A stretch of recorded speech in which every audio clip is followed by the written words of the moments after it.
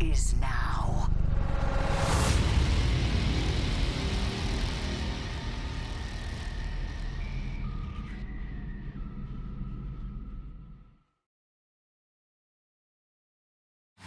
And you will crush our enemies and cast down those who lead us astray.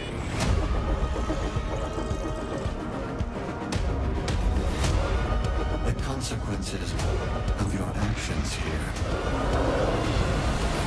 are irreversible.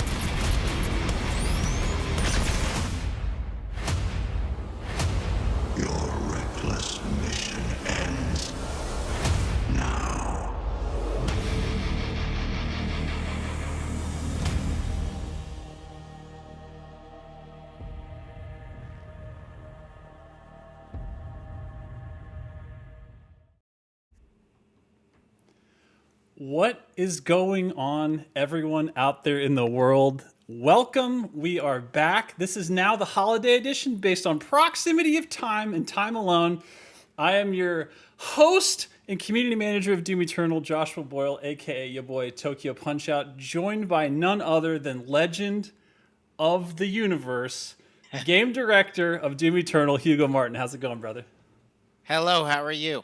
Really good, man. Really good. How you feeling? How's it been? We're in holiday time. What is going on right now? Nothing. I'm just trying to bring this up on Twitch so I could see it too. I'm doing good. How are you? I'm excited to stream more of the game Same here, and man. Same here. and share it with the fans. I'm telling you, the whole fam is here. I'm seeing beard gangs. I'm seeing juicers. I'm seeing news. I'm seeing olds. I'm seeing hearts in chat. Shout out, everybody is giving love. They're saying that it is their game of the year, and we appreciate that. We see you. We love you. We know. Last How week, am I doing, Josh? Am I centered on camera? Am I all good? I You can't look- see myself. move a little bit, scooch a little bit to your left. Yeah, that's it. You just nailed it. 10 out of Boom. 10. Perfect landing. Okay, so if you missed it a couple weeks ago, we did the first version of this, which was going through Hell on Earth Chapter 1 of Doom Eternal. Hugo, run us through a little bit about what this exactly is about. What is this stream series all about? What are we doing here? Well, it's an opportunity, kind of like a director's commentary for the game. I'll try to share as many insights about the thought process that went into making the game as possible, and highlight some of the incredible work done by the team, and share with you maybe some anecdotal stories about how some of the content was made. But mostly, just try to give you insight into why we did some of the things we did, and for fans of the game, give you that inside scoop on the game that you've been playing. I love it. I love also how this kind of harkens back to. Do you guys remember when DVDs were a thing? You remember DVD commentary? It's kind of like Yes. that, but for games and for the game that is on all of our minds all the time. We just released DLC. What feels like yesterday. The first campaign expansion ever of Doom Eternal was none other than the Ancient Gods Part 1. That was in October. Feels like yesterday, and Part 2 is just around the corner. No dates set yet, but soon trademark, I believe. Post-holidays, obviously, because the holidays are upon us. Yes. But it's happening, Hugo, it's happening. And I know that there's so many things you want to talk about with that, but before we get crazy into spoilers or nutty future things, should we dive back into kind of where we left off? What do you think? Because we left off, I think, we just finished Hell on Earth, and then we're on the Fortress of Doom for the first time, right? So we're just going back into that. Is that right? Yes, and we're going to start diving into some progression. Most of the ways that you upgrade your character are on your hub, and your hub being the Fortress of Doom, and that's where you kind of level up your guy, so that way you're strong enough to take on the challenges of the next mission. Definitely, the game is balanced in such a way that it is to encourage you to invest in those progression items pretty heavily. Hell yeah. These are non-optional.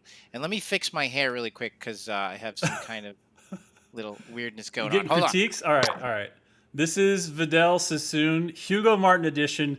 This is the only place in the world you get to see that style, okay? That's a trademark. right. You got to I put a copyright lot of- this now. I put a lot of thought into this. All right, we are switching into the game in 3, 2, 1. We are now looking at the gameplay of game Yes. director Hugo Martin. So again, everybody in chat, I see you. You have questions and stuff. You can go ahead and ask. They will come in when there's downtime and stuff. So don't worry. We see you both on YouTube and on Twitch. So where are we at? Fortress of Doom. First of all, what? Fortress of Doom, a hub world in a Doom game? I know we kind of Yes. talked about it a little bit last time, but just run us through it again. What is this? Where are we? So, as part of the Sentinel armada of the Sentinel people, of which you came from the world of Argentinor with the Sentinels, they had instead of battleships or star destroyers, they had these giant castles, and essentially they're just command stations. And this is sort of a relic of your past, something that you once used and commanded a long time ago, and now this is just kind of left over, and you've taken it to assist you in your mission, your war against the demons here to save Earth, because after Doom Eternal, things got obviously worse. Oh, from If 2016, you, yeah, yeah. yeah, for fans who read and invest time in the codex entries as you Hmm. go through the level, in particular the ones with regards to the Ark and Samuel, you'll get an idea of what happened after Doom Eternal, what happened with Samuel Hayden, what happened to the world, and how it fell to the demons. It's interesting because for a game You're talking that about from really 2016 or from Eternal? from 2016, sorry. Oh, gotcha, gotcha. Uh, for a game like Eternal that is action first, we're not going to bog you down with extensive cutscenes, dropping a ton of exposition to provide all this information. We really want it to be there for those that are interested in it, and that's why we put a lot of that context in the codex, where you are provided with the full context of what's going on, this background, what happened with all the stuff. You find it in the codex.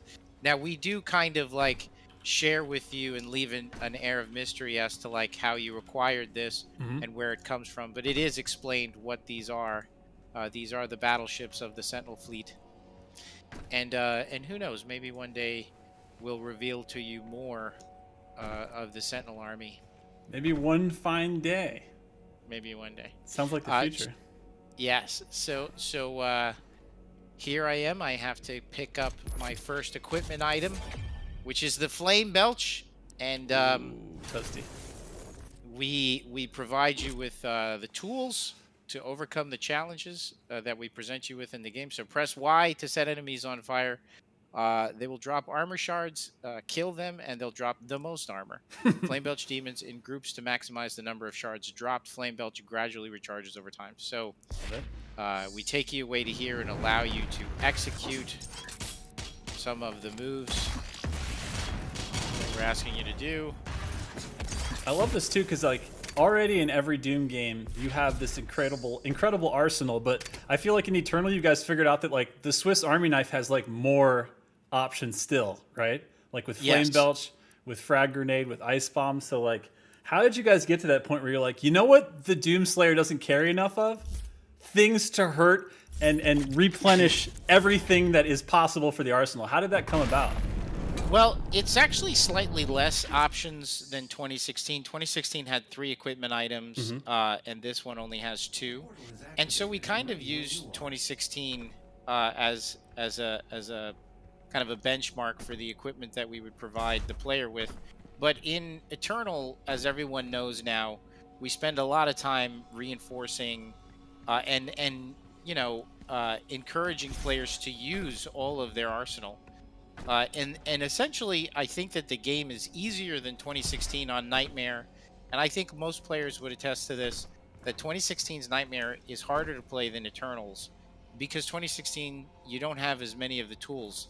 Once you've solved the combat puzzle of Doom Eternal, which solving the puzzle simply means mastering the tools that we provide you with, and combining those tools together to provide you with maximum return for your actions in the form of like being able to stack resources. So if I Ice Bomb and burn at the same time and Blood Punch, and I've upgraded my Blood Punch, I could pretty much restack most of my health and armor just through that one action, because I've understood the mechanics of the game, learned how to use them, combined them together, and to make myself feel powerful. And once you're doing that in late game, you're pretty much unstoppable. I mean, we have people, so many great players, as I've mentioned in the last stream, who, if you watch them play, I mean, they're just basically unstoppable. Because like you say, I think like after you get most of that kit, like kind of starting after maybe Cultist base, because then you get the super shotgun, meat hook, and then it's not too far away from getting ballista. And then once you have those tools, and like you said, you start upgrading things like Ice Bomb, you're just good to go. Like you're a monster. Like you are the biggest threat in the universe. So Exultia. This is a new place, Hugo, that no one's ever been. No one knows what it is. No one knows why it is. We are just going here for the first time. Like, kind of walk us through how it went from Hell on Earth to going back to the castle in the sky. That's the Fortress of Doom, to now Exultia. Like, what is this about? I was reading the chat that people disagreed with me. So here's the thing that I wanted to emphasize. You got to keep your eyes off chat. We got eyes on chat because it's very distracting. Because it's just like we could just get into this and just pause the game and just do this for hours. But go ahead. What do you got? That's right. I would say that for any player who learns the Doom dance, you're pretty much unstoppable, and that's what makes Doom Eternal so much fun. I think that once you figure out how to use all the tools, there's not much that you can't overcome. 100%. Yeah, I mean, and for anybody that would argue with me in the chat, please understand I'm the game director, so it. No, I was waiting for it. It's like there's a microphone and it's on the ground. Okay. I'm just joking. No, it's good though, because like you said, it's like you guys thought a lot about the idea. We talked about this before, like the idea of the challenge that this game is asking of you, and then how it rewards you and like what it gives you tools wise to get there, right? Yeah, and we can't, ultimately 2016 is an awesome game and we love that game. Yeah. But id Software, as a studio, is never going to do the same thing twice. I don't think that-that's a good recipe for success. Right. At all. Let me lower my game a little bit. A good recipe for success. So certainly we wanted to, Doom 2016 was a fantastic experience, and in order for us to provide you with another fantastic experience, we really have to give you something else to learn. Because Doom is a skill-based action game, and basically we present you with a challenge, we give you the tools, and you have to learn the moves, and then as you start to combine them, you become an unstoppable killing machine. So the Cacodemons are hungry for sticky bombs. Yeah, they are the pressure units of the game, for sure. They pursue the player relentlessly. Speaking of which, guest appearance. Who's this? This is the Hell Knight. Which I think last stream you said was your absolute favorite new design was the Hell Knight. Who's the bruiser, right? The pursuer. Absolutely. He's just a really great adversary. Provides a constant pressure to the player, and really just is a fun experience for sure. Speaking of an infighter, Blood Punch. Like, how did this come about? Because Melee, you guys reinvented the idea of what Melee could be in 2016 with Glory Kills, but Blood Punch, this is a whole different thing. And I like too how it's like it wants you to Glory Kill him first, and now it's going to be Blood Punch. So how did this come about? How are you guys like, you know what he needs is to swing that thing, because there's two guns on either side of his arms, because they're his arms. How did you guys come about this? Well, we wanted to give the player a really impactful melee strike, and something that they would have to basically the concept of rich get richer, or the skillful get more powerful. Like pretty much if you just do what the game asks. I can't stand rage meters in games. I don't and it's not that we haven't done them. Sure. It's just that I think that what happens is you end up waiting for the rage meter to charge up. So I'm going to use. Yeah, what do you pick first here? Equipment Fiend? I like it. Yeah, I like equipment. Okay. So as you if you have like Ice Bomb, so the game has been out for several months now, and certainly we're able to look back on it. And during this playthrough, I'll even share some of the things that I think could be better. Obviously, bugs aside, I mean, as we talk about Blood Punch over the course of DLC and several updates in the work from home environment, it's been a little challenging for us to kind of make sure that there aren't any missteps going on with some of the way that this stuff is implemented. So sure, we hear you guys loud and clear, and we know that Blood Punch, when played at the highest level, some of you guys are pushing the race car to its limits, and you're playing a mile a minute here, and we know that Blood Punch is a little inconsistent for sure. I've experienced it myself. Not acceptable, and we will be working on it. So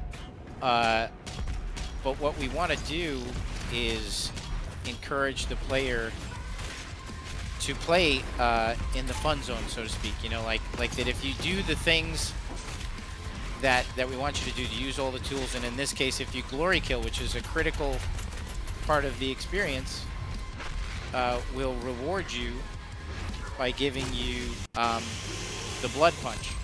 So it all all of the loops kind of feed themselves.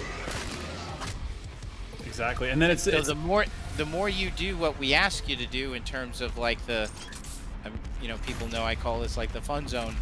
The more powerful you'll become. Right.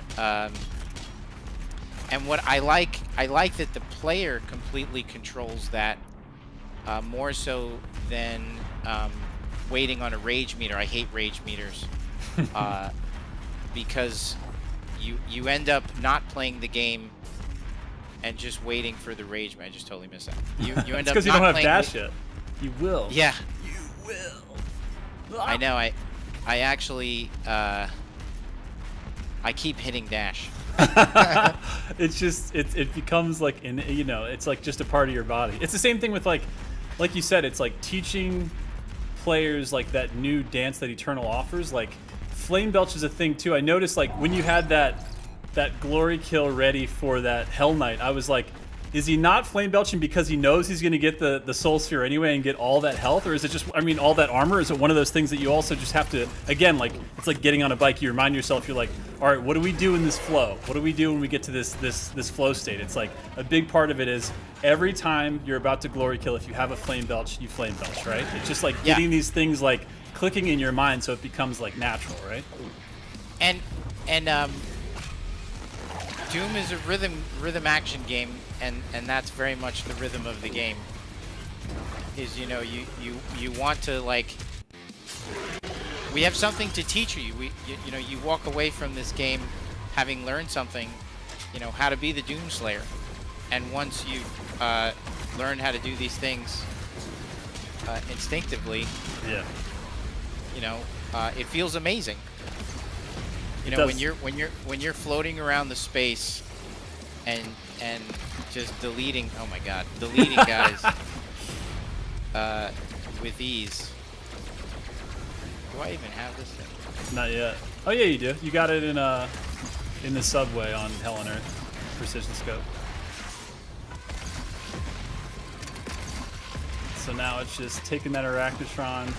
Of course, you knocked off his laser cannon, so now his attacks are going to be still not something you want to be close to, but at least there's less projectile coming at you, less AoEs coming at you. Weapon points?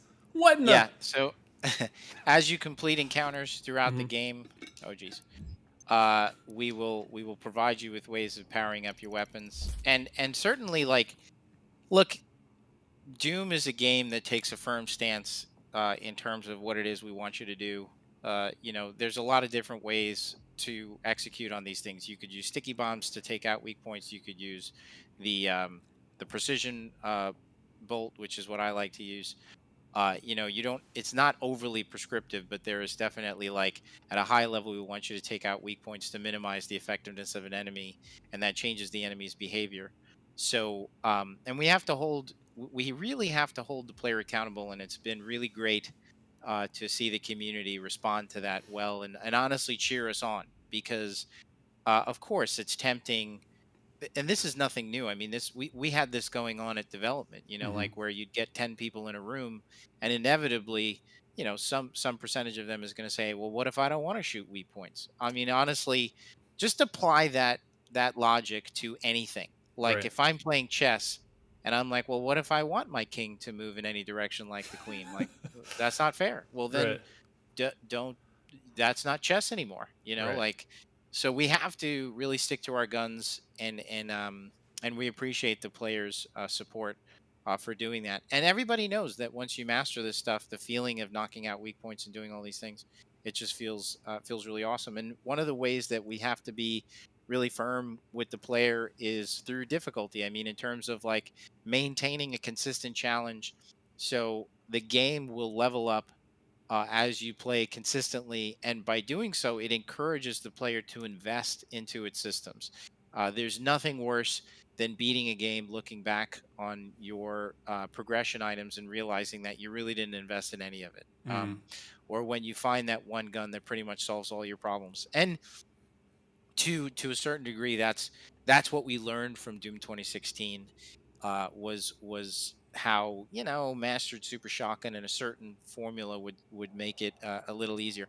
What I find challenging about 2016 that I think is better about Doom Eternal in terms of the overall challenge is that what we did through the difficulties is in Nightmare on 2016, we actually made the enemies more accurate, and the projectiles track a little bit more.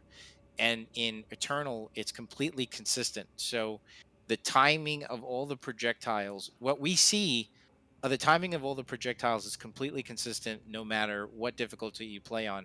And what we've seen as a result of that, and this was our hope, is that more people, we have data, we see how many people are playing on what difficulties. Yeah. We see more people playing on Nightmare than they did on 2016. We see more people, going for Ouch Nightmare Run, from Hurt Me Plenty and moving up in the difficulties. And that's encouraging. It means that people feel like they can. And I think that some of the increased accuracy of the projectiles of the enemies in 2016 just felt cheap to me, and it encouraged spawn camping, like memorizing all the spawns. Which, don't get me wrong, it's still important. Obviously, it's still part of the game. Like they have like to come with from any somewhere, right? Yeah. Yeah, of course. If you're doing Ultra Nightmare runs, where everybody's gonna spawn in. But in 2016, it was such a requirement. So anyway. Here we're really challenging the player, and obviously you want the player to reach that point when you create an experience for them where they're like, man, I really wish I had blank. Yeah. And then the game is there like, well, funny you should ask. Here's blank. So they're probably saying, I wish my gun could load sooner, or I wish the sticky bomb was stronger, or I wish whatever, Which had more sticky bombs, right? All that kind of stuff. That's right. And here's their chance to upgrade that stuff. So I love that. Speaking of being part of the community, shout out. So Errol333 in Twitch chat says, thanks for being an awesome member of the community and more than just the director of the game. You really care about what your players think of the game and are actively checking in with us. So thanks for that. We got a couple more coming in here. That was Errol333 on Twitch. They were saying thanks for joining in. They were saying basically thanks for not just caring what we think, but checking in and being an active community member, not just part of the the team that makes the game, essentially. We do our best, guys. It's because of you that we're able to do this stuff. We make this stuff for you. Like I said, we're commercial artists. We make art with others for others, and you are those people. I know. I feel like that almost switch into UAC. It's like we make art for others with others, right? Almost switch into like a UAC. Like here's one. This is just a wild. This is like a curveball from YouTube. This is from username Phony, but we'll just say this is a real question. The question is, could id Tech engine work on an open world game? Wild question, out of nowhere. What do you think? I think the question is, would you want it to? And it's an exciting one, certainly. When you're developing a game, you can do anything, but should you? I mean, that's really it. It's is that right for the type of experience that we provide players with? I mean, Doom has a huge audience, and it's done extremely well. 2016 did really well, and Doom Eternal has done even better. And that's all you could hope for. As a developer, it means that you're trending in the right direction. But we also have an identity, with this game that I would have to ask whether or not heading down that path is right for the kind of experience that we make. Part of what we're able to do with this game is the short answer is id Tech could do anything. I mean, we have really smart people there who could pull off a lot of stuff. I don't want to speak for them, but I'm sure they would love to take on the challenge, really any challenge. Yeah. But for Doom, we're able to create this game of skill, this combat puzzle that we slowly, open up to you over the course of the 12 levels. And we're able to take advantage of the linear aspects of the game in order to really control the pacing of the experience. And that's all a result of the game being, it's not open world. So right. I think it's important that we do things for the right reasons. Yeah, because that's the way you built it, right? You built it with these progression points, with this like the mastery curve in such a way that it kind of had to be played in this order, right? That was the way it was designed. Yes. So 100%. I'm big on like it's kind of like more car analogies. You know, asking Ferrari, you know, could your engines work in a truck? Sure. You know, like absolutely. But I mean, do you want to do that? right. Like I don't. I think I want them to just make more race cars. Speaking of just things unexpected in this game, like you just passed a green spirit doge. There he is again. Like, what's the deal with this beautiful doge? Because we see him again show up in Ancient Gods Part 1, right? So here's some lore stuff. Yes, that's my wolf. Put on. That, oh, okay, okay. Yeah. That is the Slayer's wolf. Yes. Oh, damn. And we have a piece of fiction in the game where all Sentinel warriors, elite Sentinel warriors, have like a what do you call familiar? it? Like a familiar. Yeah. They're not all wolves, but it's tight. The Slayer's was a wolf. That fits perfectly. I love It'd be that. amazing if you did something with that in like a game. That would be awesome. Just ideas, awesome. Guys. Nothing. Just theorizing. Just talking out loud. Just talking out loud, guys. That's all. Just hanging out with friends. All right, I've got a question. Look at those triceps. The guy's huge. Dude, I'm telling you.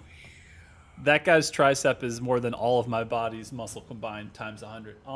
Yes. I got a question for you. It says this is from Coven and Slayer. I'm just trying to read all the threes and everything, all the lead speak. Okay. The question is as follows. I've always wondered the scene at Mars Core with the UAC guard at the start. Was that going to be where you would get the plasma gun at one point, or was that something badass enough to leave in the final game? Something badass enough to leave in the final game. Perfect answer. For sure. That's it. You know, it was just so cool. Yeah, I love it. And we have to leave our guns where we place them. It has to be pretty flexible. Right. Can anybody guess who that guy looks like? Let me see it in the chat. Who is that guy? King Novak we're talking about here? Yeah.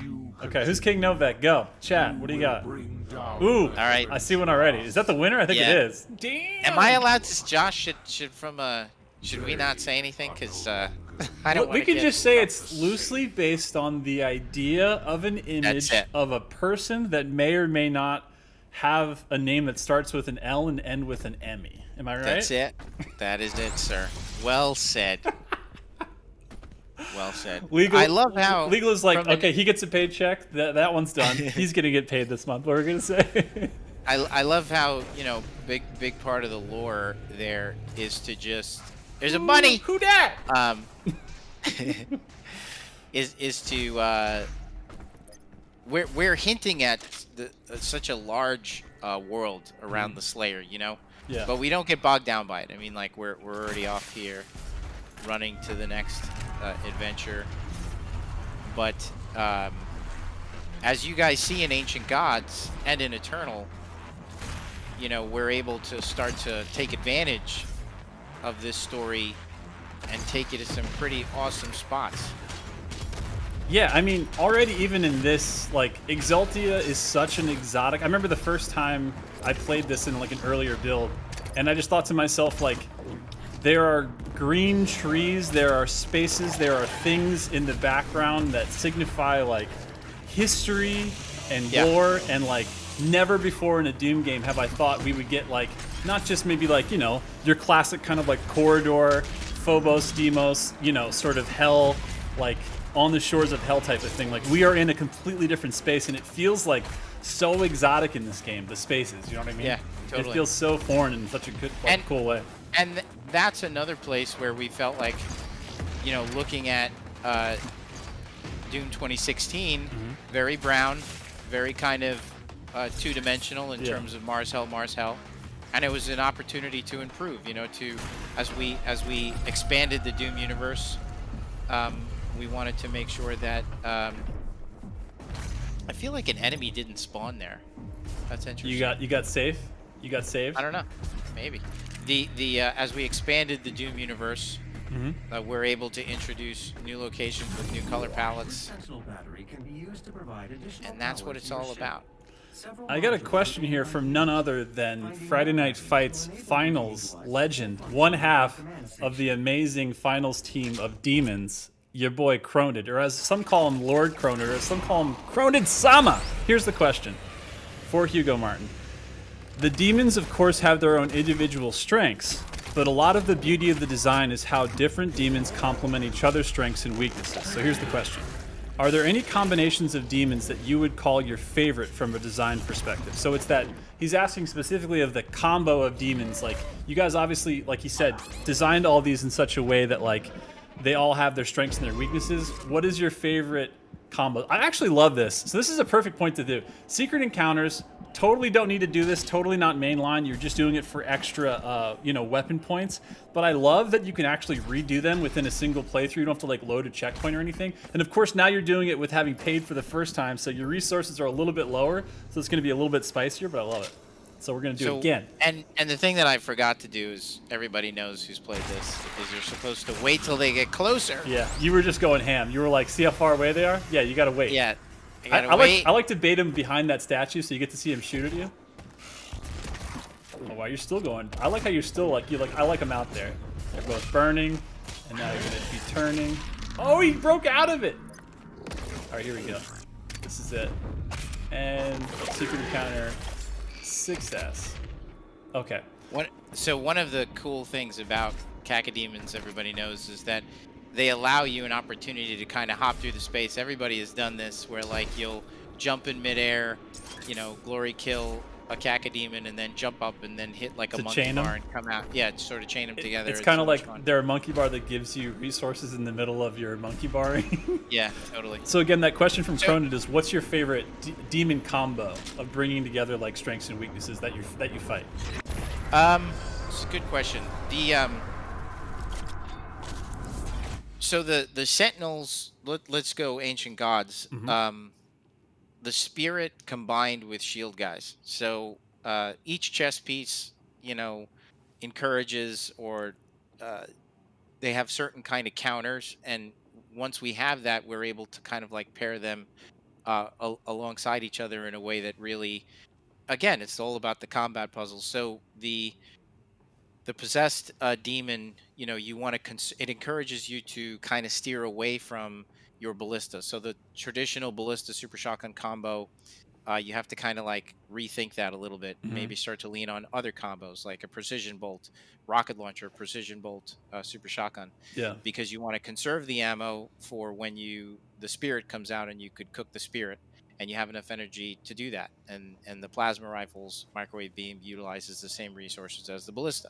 And all of this is to just take the ballista out of your hand. All you great Slayer players out there, we know what combo you're leaning on. Yeah. I mean, we designed the game to be that way. So Right. a DLC needs to challenge you in new ways. What we do is we'll purposely pair shield guys. This is kind of like a meta thing. We'll purposely pair up shield guys around possessed demons, because the way that you pop shields is by using plasma ammo. So it's kind of forcing you away from that natural... Well, you're sort of checkmated, because you're kind of like, shit, like I want to pop those shields. I got to get those things, yeah. And so the game is trying to get you to use plasma. Now, of course, Doom being Doom, you have an answer for everything. So, Right. you can remote detonate, you can grenade, you can ice bomb, you can blood punch, Yeah. you can do chain, you can do all kinds of things. Yeah. But the traditional, like, shield guy, use plasma. Right. It's best tool for the job, right? Yeah. Yeah, a great pairing is shield guys with possessed demons. Love that. That spirit coming in. Honestly, Revenant. Look how mad you made him once he loses his rockets. He's so mad. Specialized in mid-range attacks, its shoulder cannons are weak points. Destroying them disables its long-range attacks, forcing it to be melee combatant. Explore the codex more about demon weak points. Explore the codex more. Look at this, guys. We give you all the tips. The more you dig into Doom, the more answers you get. The chain gun can quickly falter this demon. The chain gun which has lost a little bit of love lately from the audience. For a bug that has the audio bug will be fixed in January. Yeah. So, by the way, pro tip, everyone: the reason why some people hear the chain gun bug Mhm. and other people don't is because if you have turned down the sound effects on your chain gun, it will be more pronounced. So, I would raise up your sound effects again. We have had some people say, no, no, no. Even when the sound effects is up, it still makes sound. It has been confirmed by our sound designer and many other people that that sound is consistent with what it was at day one. But if We you just turn want down you the to hear it, Hugo. Tell him we just want you to yeah, hear that. We think it's a exactly. beautiful noise, and you should So celebrate. we're giving you all kinds of tips here Yep. on how to defeat the demons. Well, I like that full screen one you just showed a second ago too. Just showing off the design of that Arachnotron. Just coming back Yeah. from Doom 2, it's like, and again, like that soldier you just chainsawed his back in half. That green hair gives me everything I need, like from the nostalgia, and it brings such a new flavor to it. And it's like, the fact that this is a sequel to 2016, like everybody I think tongue in cheek is like, so it's Doom, it's new Doom, but it's a new Doom, so it's kind of like new Doom 2, and you have all these returns from Doom 2 enemy wise. It's just glorious, man. It's so good. Yeah, it's awesome. The Revenant is very much a cool enemy. Everybody knows that the hardest part of this game when you play it again in a replay on a harder difficulty too is playing the first 3 levels, because God, it is so tough to like not constantly want to use Everything in your arsenal that you're so used to like comboing. Yeah. totally. It'd almost be like, if, like in martial arts or something, it's like even if you're a black belt, if they said, okay, now all you can do is like block and use this like the first like kick you learn or something, right? Like the first block and the first kick only, but you're like, but I know how to do like roundhouses and all this crazy shit, right? You're like, come on. Totally. But that's why it's challenging. It's tough. I want all my tools. I want to be able to quick switch. Yeah. It's a challenge. Speaking of, I got a question here from one of our own internal peeps. This is none other than your boy Jitsu, associate community manager, coming straight at you from Doom Eternal. He asked the question: if the Slayer masters a martial art, which would he master? So there's a lot of martial arts out there. You know more than anybody, Hugo. What do you think? This is a tough question. I would think probably jiu-jitsu. I would think. I think he would be very John Wick-esque. I mean, a lot of his stuff is pretty like, hand-to-hand, close quarters combat stuff. Yeah. Especially the glory kills. I'm so proud. Yeah, so it'd probably be jiu-jitsu. Of course, I say that because I study jiu-jitsu. You're a little although biased. I got my purple belt, and I haven't really been training since COVID. So I am definitely training in gaining weight and eating bad food.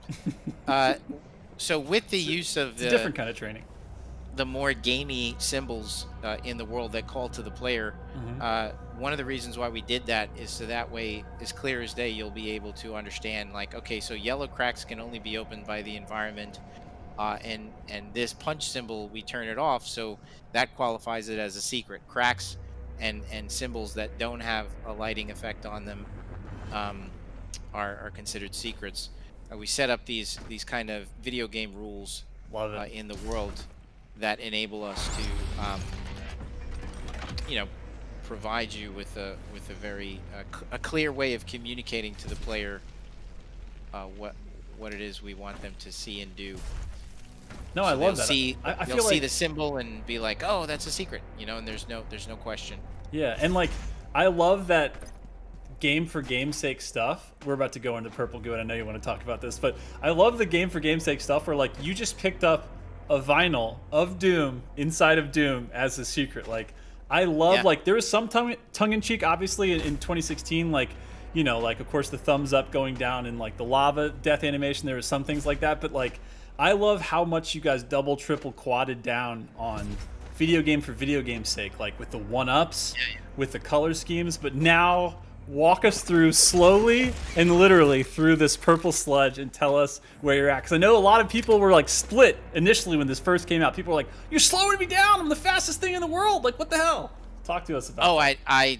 We frustration is a part of engagement. I mean, not everything about the game in the individual parts necessarily needs to be without a certain amount of frustration that comes with it. This is a pace breaker throughout the experience. And again, we take away one of the purpose of the goo. A, it changes the pace of the game, but B, it forces the player to utilize the mods and the tools that we gave them. So we take away their movement, but we still leave. So it emphasizes other parts of the fun zone and encourages players to invest in those parts, like mods, because the answer to this is to use your mods, to use, invest in your tools, and I'm not doing a very good job of it, but the those tentacles are there to teach you a lesson. Yeah, and god damn. The lesson isn't easy, and it has to be beaten into your health. It is there to kind of like, help players remember to use the mods and the different tools. And you look for those bubbles, right, in the purple sludge. You look for those to kind of signify that, like, maybe there's a tentacle breathing under there, because apparently tentacles breathe in this world, and that's okay. Absolutely. They're living, breathing things too, guys. Okay. All right. So. All right. I haven't done this in a while. This but double back. You got this. You got this. Easy. Easy. Yeah. Well played. Well played. Mod time. What are we doing? Yeah. So we've already done what? You've already done sticky and full auto, right? You just haven't. It's time to do plasma ones. So what are we gonna do? Or you could do full. You could do the micros. Whatever you think. What are you thinking here?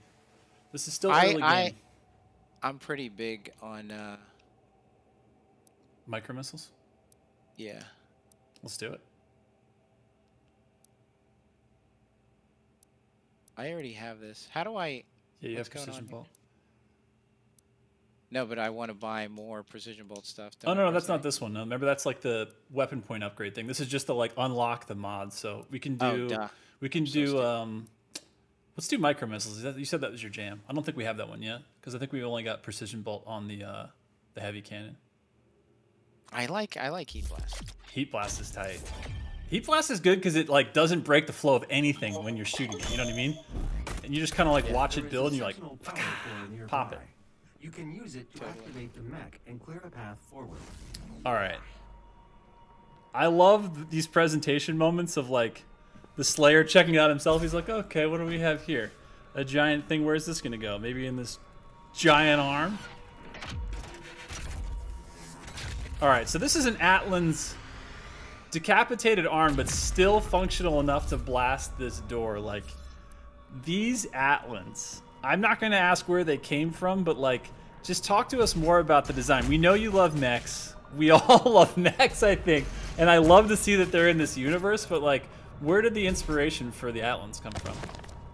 It's the Sentinel fleet. The Sentinels. They're a warlike tribe, and they have just the full. I imagine that they have all kinds of weapons and vehicles and artillery, and the Slayer was a part of that army, and so it's just kind of like sharing with players. I got a ridiculous question for you. If you're ready for a silly one before a more real one, here it is. This is coming from Something Scott is the name, which it's already like he's trolling us. I love this. All right, the question is any chance of a gargantuan tentacle becoming a playable demon in battle mode? Yes or no? Sure, that would be awesome.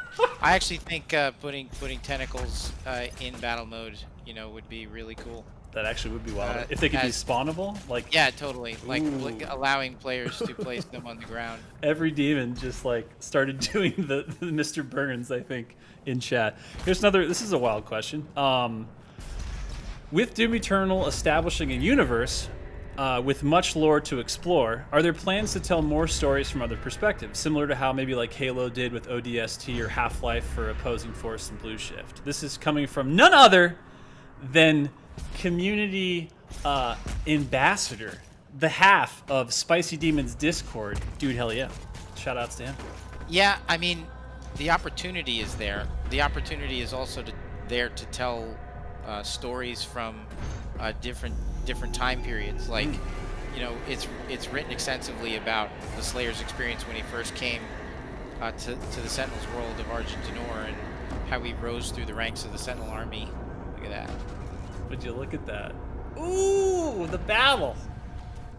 Yeah, these battles that raged. I love how you make the battle not only part of the history, but like part of the functioning of like progression. So you have to kind of like not only pay attention to it, but even interact with it in this like cool way, even though they're like, you know, turned off in the sense that they're like frozen and dead in time.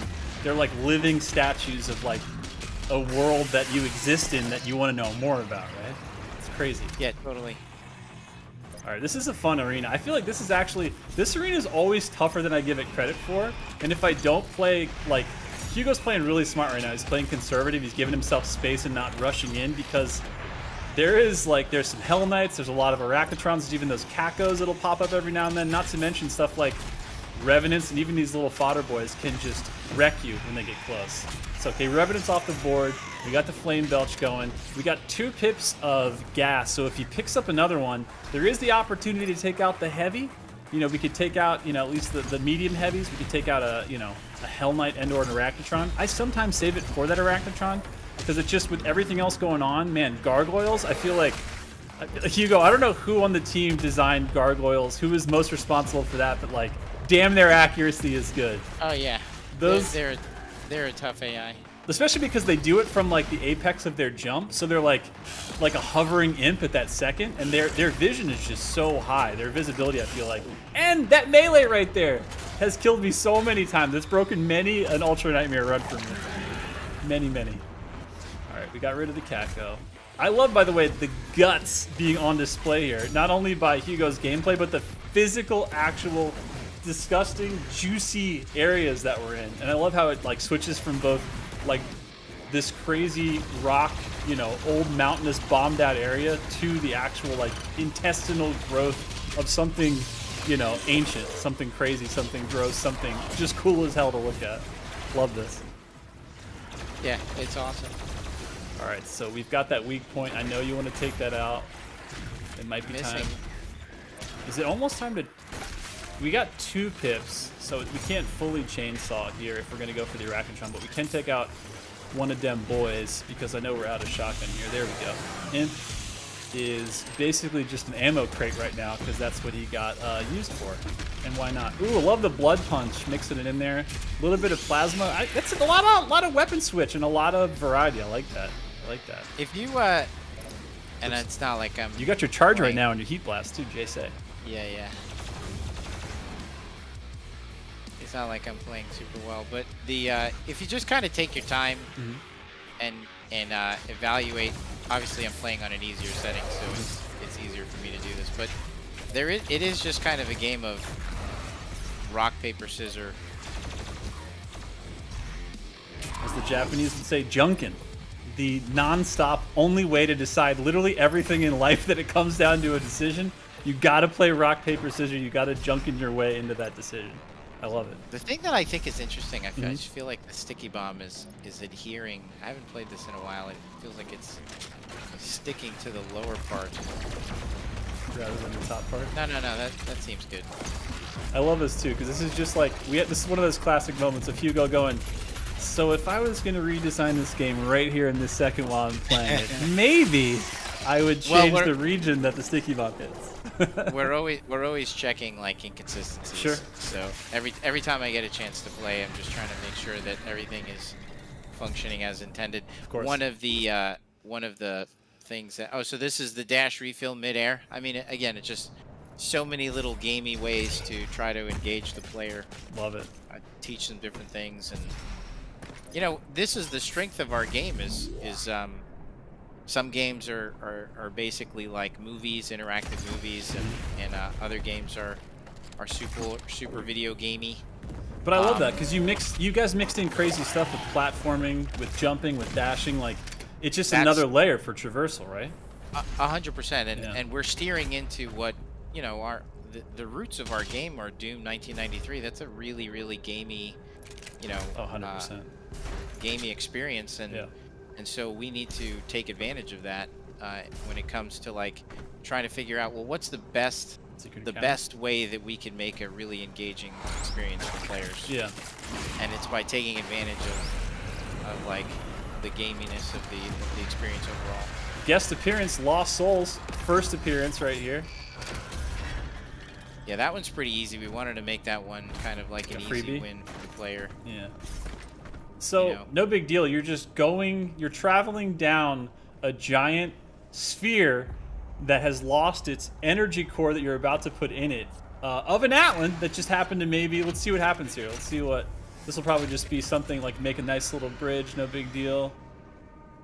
Ooh, ooh, the guts. Look at them all. Love it. Those are like, they're called the limbic moments, and they're kind of something new to Doom Eternal from Doom 2016. Love it. Yeah, dude, the scale is just so nutty in this game. And now I'm like in the innards. I'm in the innards of that Titan. Yes. I love the tentacles make a little, I'm dead, I'll see you later. It's almost like a wave. It's like, you've done your job, I'll be back. I'll see you later in the level. Ooh, okay, we got a either easy or hard question depending on your feelings on this. Here we go. Question is so Hugo, what is your favorite weapon mod in the game? This comes from RJM Lab. What's your favorite weapon mod in the game? I don't know. I think the Ooh, this is a resource. This is one of those moments. Maybe the chainsaw needs to come out. And it do, Yugi. All right, now it's time to feed that Kako what they are just wanting, I think, which is a solid pop shot of none other than the sticky. Of course, you use that now for traversal, get yourself all the way across, because like we said before, it's like a monkey bar in the sky. I still love, dude, the way that imps move and the way that they can like jump and slide to like different areas. I can just like watch their animations all along. I love it. Totally. That fodder. Leave no fodder behind. Ooh, resource restack, because you want that weapon point and you know that you've got something coming up here that you might need to deal with, huh? Yes. What, did you design this game? What are you, the game designer? Spoilers. Spoilers everywhere. Man, so this Arachnotron effed me up the first couple times I played this when I didn't know he was there. I was like, oh, this is torture. I think all of us were like, Hugo! Somewhere. Well, and what I like about the placement of that Arachnotron, we actually spent a lot of time, setting this whole thing up. Like, there's a lot of thought that goes into every inch of this game, and this is one of those moments where you're just making sure that, like, all right, so I'm slowing you down, you can't move, here's a long-range enemy, but they have a weak point that I could minimize their effectiveness, and I'm going to have to do it, or otherwise I'm going to die because I can't move. So it's combining, those elements together to create this is what we would consider to be in the studio an incidental combat puzzle. So it's not an arena. This whole sequence here, from the time that I walked down into here, came through all this piece and arrived here. This is all incidental combat. It's a part of Doom 2016. It was lacking in Doom 2016. I think we could all agree that Doom 2016 was an awesome game, but it was mostly just arena combat. Like gore nest to gore nest, kind of, right? Yeah, gore nest to gore nest. Yeah. And the reason why we created all of these things, like without the purple slime, we would have no way to make the last 5 minutes engaging for you. Like we used the purple slime to give you a way to engage the player outside of just skate parks and arenas. And look, we know that those are the most fun parts of the game, because that's where you really get to just like fly around and do whatever you want. Yeah.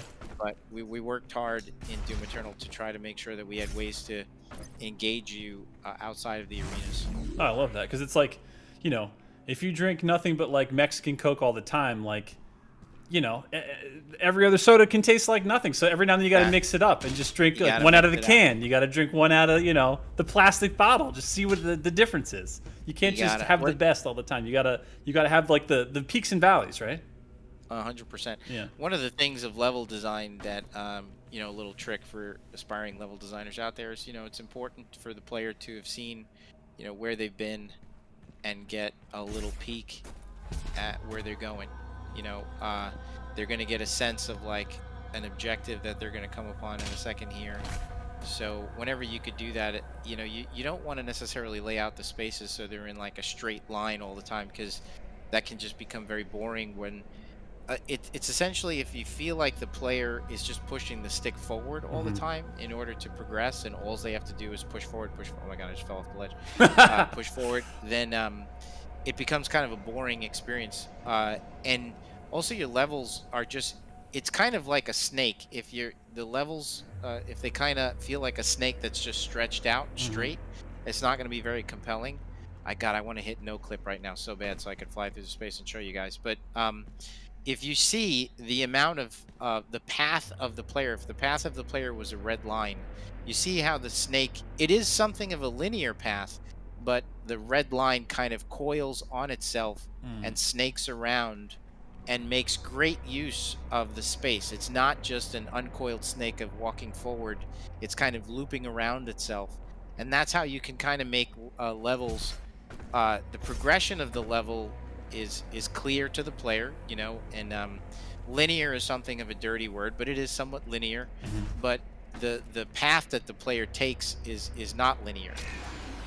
It's kind of mazy and coils in on itself. So it's an aspect of level design that I think id Software, I think they kind of created that. Well, I don't want to say that, but like they certainly went a long way to championing that with the original Doom. For sure.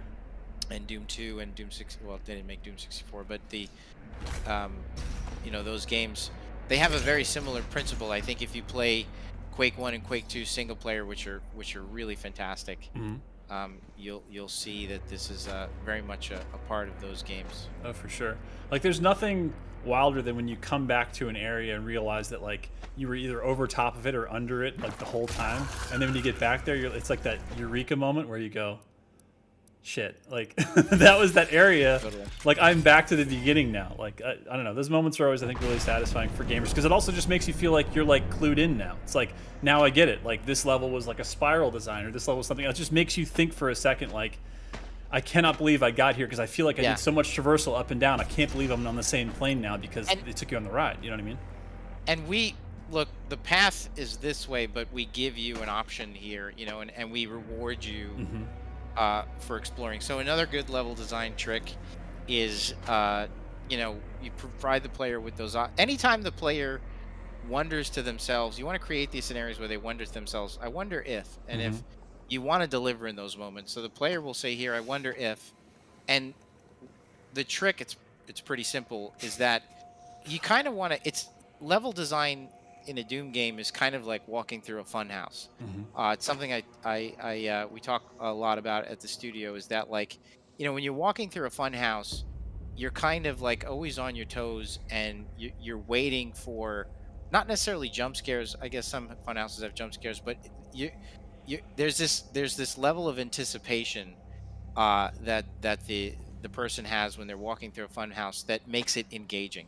So it's critical when you walk through a Doom level that we're constantly keeping you on your toes, like walking through a fun house. So an easy way to do that is the player thinks, I wonder if we deliver with the resource we know they want, and then we know that they're going to go here, so we hide a tentacle in here, to keep them on their toes. So it's so important that we do that, because then, even though the player's skating around and moving really fast or doing all this stuff, they know that they have to always be on their toes when they go through the level. If you don't keep the player on their toes and you don't surprise them, they'll just get bored. They'll just walk through the level and just push forward on the joystick. You're always just trying to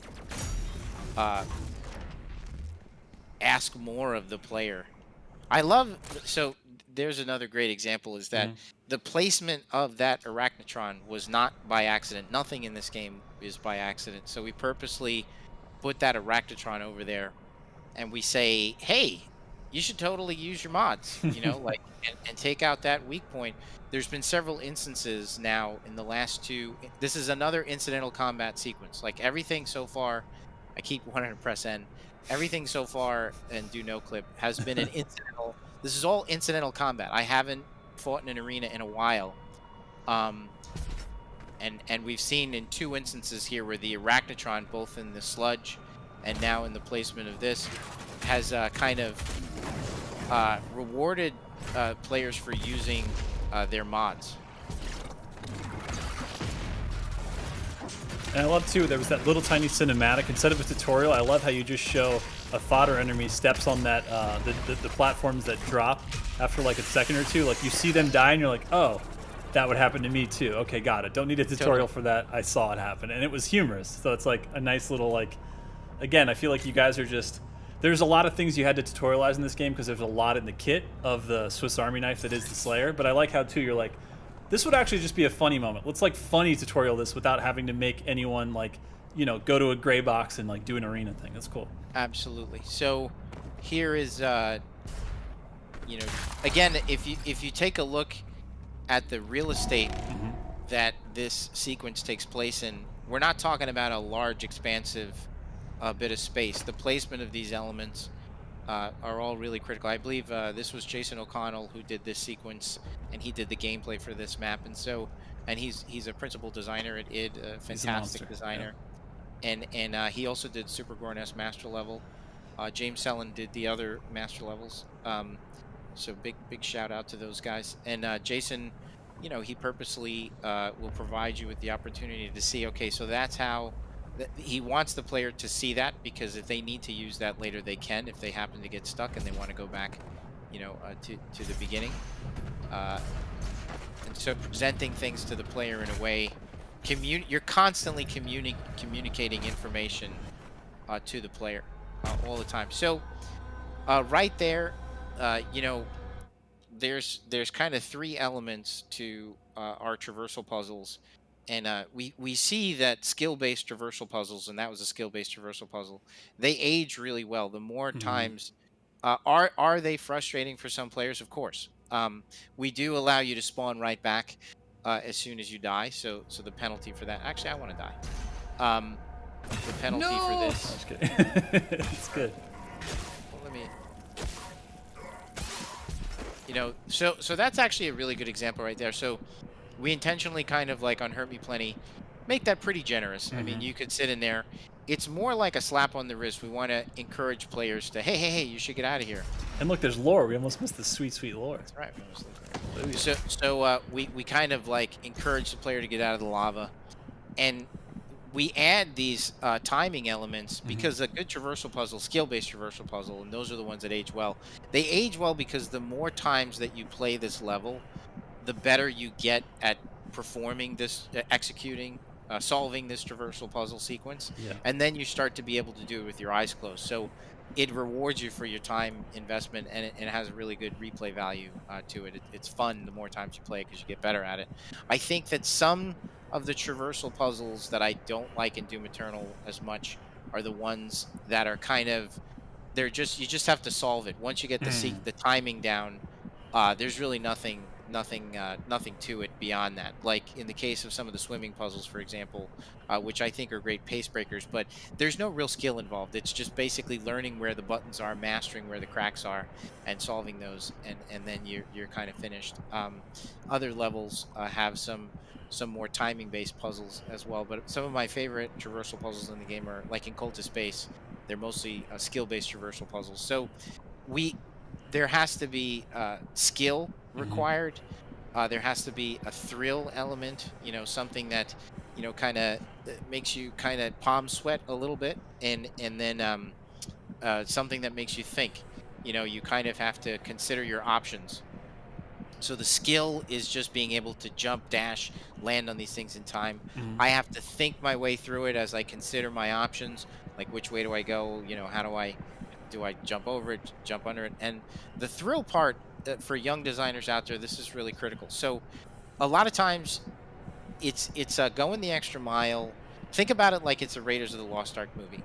So this doesn't have to be like this. We could just make this like whatever. Nothing. Like a monkey bar or two, and then you're up there. Or something, right? Yeah, it could just be the floor.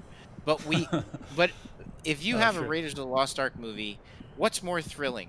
Harrison Ford, Indiana Jones jumping over a little 4-foot chasm, or Indiana Jones and taking that same 4-foot chasm and filling it with lava. Obviously, you want to fill it with lava, even though the lava can't really kill me. I mean, it's not the worst kind of lava. Yeah. Obviously, on harder difficulties is worse. Yeah. But the lava provides the thrill. So you know, the filling emote with snapping alligators, and then telling the player to jump over that. Whenever you get a chance, fill your moats with snapping alligators. That as a general principle, that is really an effective way to increase engagement levels for the player. And I say this constantly because that's the only thing that matters, guys. Like you just want to players to be engaged, you know, at all times. And little things like that, like filling a moat with lava, or adding in a tentacle, or alligators, or tentacles, or alligators. You know, that's all about. It's that thrill, right? That's all about the thrill, and I call them butt clenchers. It's not a politically correct say, but I always say this. I don't know. Like, if butt clenching isn't politically correct, then I don't know if I want to be. Well, but it is true. You know what I mean? Like when something's really tense, you're like, hey, you know, oh. and yeah, we really want to push the player to do that stuff. You going in here? What are you doing? You testing it? Let's do it. Fuck it. I love Why it. not? So this was an Slayer opportunity gates, here to crank up and really push players, give them a taste of late game combat, and they signed up for this. You know, they said I want to be challenged. Because they found the key, they went out of their way to find the key, and then they turned that thing, their way. And then it gave them the warning, like, this is that experience that is going to push you to limit. Do you want this? And you chose yes. And of course, like everything in Doom Eternal, there is a dangling carrot at the end that we will see after Hugo beasts on this arena. And I love how these arenas, like, it's not just like everything spawns in, you take care of it, arena done, right? Like it has waves to it. I love this. Yeah. And, you know, the whole DLC of Ancient Gods is like a Slayer Gate because you sign up for it and it's post-launch content to an action game. So we all know that the rules are post-launch content to an action game. It has to be a greater challenge than the base game. So certainly it's no secret that the Ancient Gods is a true test for people who love Doom Eternal. And the Slayer Gate is similar. You know, it's something that I agree to take on, and as a result, the deal is, you know, you're gonna, and this is where we make the player better. You know, this is where you start to learn some of those skills. I haven't played Doom consistently in a little bit here because I've been on vacation, but you got to take a break. That's important too. I do. Lately, I've been taking a good break. Nice. I feel like I haven't taken a break in a really long time. Yeah, I know what you mean. Although, even on my break, I'm still talking to the community, and as you are, and yeah. I mean, it's funny because at this point, the Spicy Demons and all those guys, they're my, I mean, they're my friends. Yeah. We talk all the time. Yeah. So I love and the guys on social media. Oh yeah. I'm able to. I love that one. Yeah, that is a good thing. The glory kills in this game, y'all went nuts. Like, I think in 2016, I can't remember how many per glory kills there were available per demon, but I feel like you guys also went nuts on that. Maybe it's just because there's so many more demons that I feel like that, but I feel like, God, the animation is just so sick. That's actually a really good area too, where I think giving the player the Doom Blade allowed us to solve a problem from Doom 2016, which was how do we kill large demons? There's only so many ways that you could punch a demon in the face and make his head explode, and I feel like in Doom 2016, you know, it was just like another punch, another kick, and we certainly came up with creative ways to kill them. Sure. But by giving him a weapon, that was that really opened things up for us from a gameplay perspective, and honestly allowed us to make the glory kills feel a little bit more impactful. Different ways to slice and dice, because it's just like as soon as you pull that thing out, right? Like because you know you had in 2016 too, like the angle that you would approach a demon, whether it was like lower, left side, right side, front, back. But now the fact that it's not just like, how am I going to turn and like, put my foot down, or like you said, big fist it, like having an actual weapon that comes out just in melee is so sick, because the possibilities, which you guys, I feel like you did all of them. Like, honestly, it keeps me guessing almost every time, where I'm just like, which one is this? Oh, this one is so sick. I don't know. It always keeps me happy if like there's just so many different ways to glory kill it. And again, like that Swiss Army knife, we thought it was complete in Doom 2016, but apparently you guys were just getting started, which is crazy. The whatchamacallit, the part of the ways that we actually cheat quite a bit with Ooh, well done. Got all them perns. You're loaded. Yeah. 9 out of 10 now. Mostly, I want to play on Hurt Me Plenty because I don't want. We have people like Midnight invite me, who, they've made a name for themselves playing the game, and if I play the game on Nightmare, I will show them how to properly play the game, and I will raise the bar so high that I don't want to impact. You want to keep their careers on pace to just keep doing well and excelling. I'm doing it for Neto, and I don't want to make them feel bad. It's really what I love it. You heard it here first.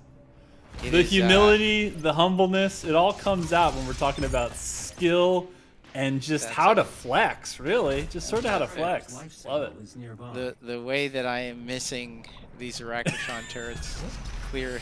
Yeah, he's just trying that it's there. It's funny. I've never played a game live on Twitch like this, so it is. Kudos to all of those guys, because it's not easy to talk, to be aware of the audience, and to want to play well. Is a real challenge. Yeah, and you guys do it. You guys do it really good. Speaking of which, here's a question coming in. No, 100% though. Talking and playing a regular like puzzle game like Tetris would be tough, where it kind of uses your head. But doing this dance with the puzzling, with the shoots, with the bangs, with the flame belch, with the ice bomb, with all of it, and managing all that while you're like, yeah, what's up? Oh, hey, I just saw you. Yeah, here's the answer to that question. Keeping your brain going while you're keeping your brain so engaged. It's tough. It's tough. It's almost like it's a full-time job that some of these people have done a really amazing job of. They've done an amazing job. I mean, their footage, it's everything we hoped for. When we made the game, we wanted to make sure that we created an experience that, when played correctly and played at a high level, was beautiful to watch. As fun to watch as it is to play. And I think when you watch Midnight and all of those guys play, it's a great example of that. So, quick little interlude of story, and lots of things being implied here. A much larger universe is opening up to us as we learn more about the Betrayer. And look at his suit. There's just like all these nods and these touches and these things that kind of make you go, as the 90s song said. I want to share with the sash on his shoulder indicates his rank. So every Slayer has, or a warrior in the Sentinel tribe has a sash on their arm, and that sash is kind of like their belt. Yes, it's influenced by Jiu-Jitsu. Their belt is it's sort of like their belt. It's like where they show their their rank, basically, right? Their flex. And this, the backstory obviously is this was his Sentinel mech, and at the end of the lore, if you read through it, you'll know what happened here and why he got stranded here. Damn. Along with the Sentinel warriors, and that was his, sort of like his X-wing, his main vehicle. Love it. Love the reference. Okay. And the Atlan in your Fortress of Doom, I mean, I think you could say that it's yours because it is on your ship. Right, and clearly you live on that ship. You've got your entire battle station downstairs with your PC, your classic PC. You got everything down there. Here's a question. Go ahead. No bathroom. That's the one. That is concerning. I didn't want to bring that up just right away, but the intern in the DLC, he's kind of like the audience. And people picked up on that, which I love. They said that the intern is kind of like us. He is. I mean, that's who he's based on, is like the fans. Yeah. What if Doom had a fanboy? You know, Yeah. Doom guy had a fanboy. Yeah. And there's a funny scene that maybe we'll do it in the future or something. But like, I just thought if he ever got on the ship on the Fortress of Doom, how funny it would be. He's like, so where do I? Exactly. If he called out, he'd be like, "There's no bathroom." Like, or if he called out the Slayer and mentioned that, you know, that picture of himself with the bunny is a little bit self-indulgent. He's like, I've heard of this lore of this guy named Zeus54 on Twitter, but like, why do you have a picture of yourself in your house holding this bunny? What's the story here? Yeah. And then in Silent So Protagonist, I'm starting to warm up a little bit. And, looks like it. And I think that the thing that I love about the game that feels so good, and I think all of our players could attest to this, is that you start to stack things together, and many people have called this out, that we have a lot in common with almost like a third-person character action game, and that's true. I mean, I think that Devil May Cry, yeah, totally. I think that's accurate, because you start to be able to combine attacks together in order to, again, replenish your resources. There's nothing more satisfying than having an enemy, like, you know, push the player and you're burning them. You're taking health from, they're giving you health while you take their health away. It feels so satisfying. Yeah. That was one of the early beats of development that just felt so good. I love that. It's almost like, it doesn't take away your health so much though it's gray health, but it essentially almost works like gray health, right? Because it's like that equivalent exchange of, if you can get them in that glory kill state and land that glory kill, you're essentially taking it back, right? You're stealing the essence they stole from you. I love that. Oh my god, look at this. Look at this party. Nothing but, oh, I like that. He's like, too many to deal with now. Let me leave a frag. I'll be back. I'm going to try to ask you a question while you're in the middle of this fight, because I feel like it'd be the hardest thing to do is answer this while you're playing. So here's the question. I've noticed that a lot of love, went into the sound of Doom's Slayer ripping and tearing. Could you go into detail about how you came up with some of the sounds? This is from Toby Time. So the question is obviously there's a lot of love that went into the crazy juicy sounds of the Doom Slayer doing the ripping and the tearing and all the glory kills. So any insider info as to how the sounds were made? So it's just leaving that quad. Just don't even care. Love it. I don't like using the quad. I don't like using the BFG in the quad. Yeah, that's fair. Or the Crucible, I think. Crucibles and Arch Files, they go really well. I was gonna say, I was like, well, there's Arch Files, so Crucible's good. Yeah. So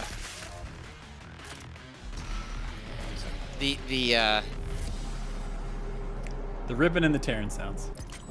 Yeah, there's Chad and the team. How they do it? Chad Mossholder, our lead sound designer, and his incredible team. I mean, I think they just do a really awesome job. Communicating to the player what it is we need them to hear, and prioritizing those sounds is the number one goal. You know, for sure. You want the sounds to be cool, but you also want the player to understand what it is we're trying to tell you. Right. You know, whether it's replenishing resources or something else. No, you're right, because like the weak points, like when those get destroyed, when your blood punch comes back up, you have all these cue sounds that were not in 2016 that somehow perfectly always cut through the mix. Even when there's music, when there's chaos, there's everything else, right? Like it's like a mastery of mix, the way that they were able to make these noticeable and make these like not break your flow of like feeling like you're in the game and you're getting the music and you're getting pumped. It's crazy. Huge shout out to those guys for sure. Oh, totally. Yeah, for no, sure. It's awesome. Yeah, so this is where Sentinel energy levels rising, reestablishing power to core and this is where we get to open up the ship and expand more of the player's arsenal. That fortress, that floating castle in the sky. Love it. And I have some Sentinel batteries. What are you gonna spend them on? What's it gonna be? I'm gonna spend it on this guy. Do I have any? I don't have any. I think that was the last one. I think there's only one that you you only start out with one. But you're about to, next map. I think we have to, Fortress is where we're going to end, so let's make sure we don't progress into Chapter 3, because that's going to be for the next stream we do, which we're going to have a little break because of the holidays, of course. But back on the Fortress of Doom, let me ask a few more questions I came in here. Here's one. This is from Titanium. I'm going to say that's their name. Can the Betrayer fight as good as the Doomslayer? I think we already have our answer, because they're sitting there a little disheveled, and you're out there, you know, ripping and tearing and doing your job. But what do you think? Can the Betrayer fight as well as the Doomslayer? I don't think so. I don't think anybody can. Yeah. You know, he's the alpha for sure. They're great warriors, but they're not like him. Yeah. I think that so little tip is that the Betrayer actually trained the Slayer. If you look at the Codex entry, there's a drawing where the Slayer is being trained. It's one of the little ink drawings, and that's actually the Betrayer. Damn, so he's like the Morpheus of the Slayer Neo? He's like, yeah, he's like Love the it. Morpheus. And wow, look at that thing. That thing looks awesome. I know. We could just stop here, I suppose. Okay. So Or, I don't know. It's up to you. Yeah. I mean, you know what? When we come back, let's do the Demon Prison. Let's get the one last arena out. We'll get a couple more questions in, because I know everybody is about to start the holiday for real. For real, I feel like we're getting closer and closer, and this is our last stream of the year for Doom Eternal tier. But also, just a joy that we're all here together. We all get to celebrate this game and hanging out with the game director of this game up there, Hugo Martin, taking questions. So here's another one from chat. Here's a question from Ponecakes05. The question is as follows. How come the Titans on this level, of course he's talking about Exultia, does not have a Crucible blade implanted in them, but they're dead? How? Do you need the Crucible to kill the Titans, or does the Crucible make things easier to immobilize and put down the Titans? You place a Crucible inside the Titan to immobilize it, and he does that. That's where he extracts his Crucible, and that's where he leaves it. The fact that he's asking why aren't there Crucibles in the other Titans, that's not to say there wouldn't be.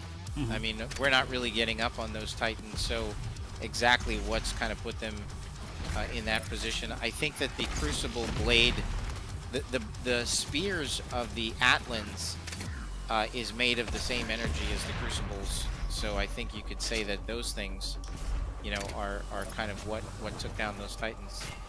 But to be honest, it's a really good question, and not something that we could necessarily outright explain. I don't want to make up some shit on the fly and try to sound like we figured it all out. You'd be like, well, in the third age, the second weapon of the third maker, you're like, all right, what are we talking about? No, that's good. Now all right. Let's get this. Oh, God. Is it time? It's not time yet. It's not time yet. You gotta do Cultist face first. You gotta do Cultist face. Which is why when you're playing this in Ultra Nightmare, you're like, let me just have the Ballista. Let me get the arsenal that I'm used to back, but you also don't have the Super Shock, you don't have any of that. So before we go, don't start this. Don't start this level. We're going to end on the Fortress of Doom. So everybody in chat, we love you guys. We thank you guys for being here. You guys are the reason that we do these. You guys are the reason for all of this, for all of the fun that we've had bringing this stream, this game, all of it to you in 2020. Somehow we've made it through this insane year that is almost over, but it hasn't all been crazy world stuff.